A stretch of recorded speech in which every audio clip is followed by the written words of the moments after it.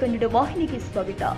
ಅಕ್ರಮವಾಗಿ ಮರಳು ಸಾಗಾಣಿಕೆ ಮಾಡ್ತಾ ಇರುವವರ ಮೇಲೆ ಸೂಕ್ತ ಕ್ರಮ ಜರುಗಿಸುವಂತೆ ಸಾಮಾಜಿಕ ಹೋರಾಟಗಾರ ಉಮೇಶ್ ಮುದ್ದಾಳ್ ಆಗ್ರಹಿಸಿದ್ದಾರೆ. ಯಾದಗಿರಿ ಜಿಲ್ಲೆಯ ವಡಗೇರಿ ತಾಲೂಕಿನ ವ್ಯಾಪ್ತಿಯಲ್ಲಿ ಬರುವ ಗೊಂದೆನೂರ ಗ್ರಾಮದ ಕೃಷ್ಣಾ ನದಿಯಲ್ಲಿ ಈ ಹಿಂದೆ ಅಕ್ರಮ ಮರಳು ದಂಧೆಕೋರು ಅಕ್ರಮ ಮರಳು ಸಂಗ್ರಹಿಸಿ ಅಕ್ರಮ ಮರಳು ಸಾಗಾಣಿಕೆ ಮಾಡ್ತಾ ಇರುವವರ ಮೇಲೆ ಸೂಕ್ತ ಕ್ರಮ ಜರುಗಿಸುವಂತೆ ಒತ್ತಾಯಿಸಿ ಜಿಲ್ಲಾಡಳಿತಕ್ಕೆ ಮನವಿ ಸಲ್ಲಿಸಿದ ಸಾಮಾಜಿಕ ಹೋರಾಟಗಾರ ಉಮೇಶ್ ಮುದ್ದಾಳ್ ಆಗ್ರಹಿಸಿದರು. ಮನವಿ ಸಲ್ಲಿಸಿ ಮಾತನಾಡಿದ ಅವರು, ಈ ವಿಷಯ ತಮ್ಮ ಗಮನಕ್ಕೆ ತಂದ ಕೂಡಲೇ ಸ್ಥಳಕ್ಕೆ ತಮ್ಮ ಅಧಿಕಾರಿಗಳು ಭೇಟಿ ನೀಡಿ ಸಂಗ್ರಹಿಸಿಟ್ಟ ಅಕ್ರಮ ಮರಳನ್ನ ಈ ಹಿಂದೆ ಜಪ್ತಿ ಮಾಡಿದ್ದು ಇರುತ್ತೆ. ಆದರೆ ದಿನಾಂಕ 18/6/2025 ಸಂಜೆ 5 ಗಂಟೆಯಿಂದ ದಿನಾಂಕ 22/6/2025 ರಾತ್ರಿ 10 ಗಂಟೆಯವರೆಗೆ ಹಗಲು ರಾತ್ರಿ ಎನ್ನದೆ ಅಕ್ರಮ ಮರಳು ದಂಧೆಕೋರರು ಮತ್ತು ಕೆಲವು ಪಟ್ಟಭದ್ರ ಹಿತಾಸಕ್ತಿಗಳು ಸುಮಾರು 50 ಟಿಪ್ಪರ್ಗಿಂತ ಹೆಚ್ಚಿಗೆ ಓವರ್ಲೋಡ್ ಹಾಕಿ ಜೆಸಿಬಿ ಹಿಟಾಚಿ ಮೂಲಕ ಲೋಡ್ ಮಾಡಿ ಮರಳು ಅಕ್ರಮವಾಗಿ ಮನಬಂದಂತೆ ಹೆಚ್ಚಿನ ದರಕ್ಕೆ ಮಾರಾಟ ಮಾಡಿರುತ್ತಾರೆ. ಬಹುತೇಕ ವಾಹನಗಳಿಗೆ ನಂಬರ್ ಪ್ಲೇಟ್ ಇಲ್ಲದಿರುವುದು ಅನುಮಾನಕ್ಕೆ ಎಡೆ ಮಾಡಿಕೊಟ್ಟಿದೆ.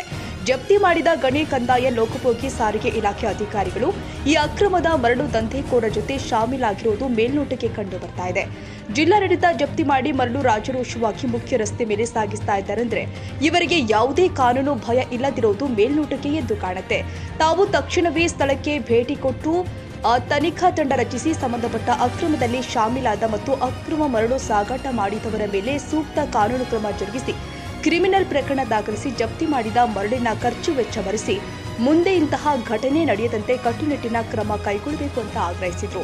ದೊಡ್ಡಪ್ಪ, ಚಂದ್ರಪ್ಪ, ದೇವೇಂದ್ರಪ್ಪ, ವೈಲಪ್ಪ, ಬಾಲಪ್ಪ, ಕಾಶಪ್ಪ, ನರಸಪ್ಪ, ಗೊಂದೆನೂರು, ಗೋವಿಂದ, ಶರಣು, ಪಿಡ್ಡಪ್ಪ, ತಿಪ್ಪಣ್ಣ, ರಂಗಪ್ಪ, ಮಲ್ಲು, ರಮೇಶ್, ರಾಘು, ಸಾಬಣ್ಣ, ಬಸವರಾಜ್, ನಾಗಪ್ಪ, ಶಿವರಾಜಪ್ಪ, ಶಿವಕುಮಾರ್, ರವಿಕುಮಾರ್, ಪ್ರಭು, ತರೀಪ್, ಅಂಜು ಬಳಿಗೇರ, ವೆಂಕಟಪ್ಪ, ಹನುಮಂತ, ಗಣೇಶ್, ಮಹೇಶ್, ನಿಂಗಪ್ಪ, ಮಲ್ಲಪ್ಪ, ರವಿಕುಮಾರ್, ದಾರಿಫ್, ಶಿವರಾಜ್, ಪ್ರಭು, ಕೊಂಗುಡಿ, ಗಣೇಶ್, ಮಹೇಶ್ವನಾಥ್, ನರಸಿಂಹಲು, ಭೀಮಶಪ್ಪ ಮತ್ತಿತರರು ಭಾಗಿಯಾಗಿದ್ದರು.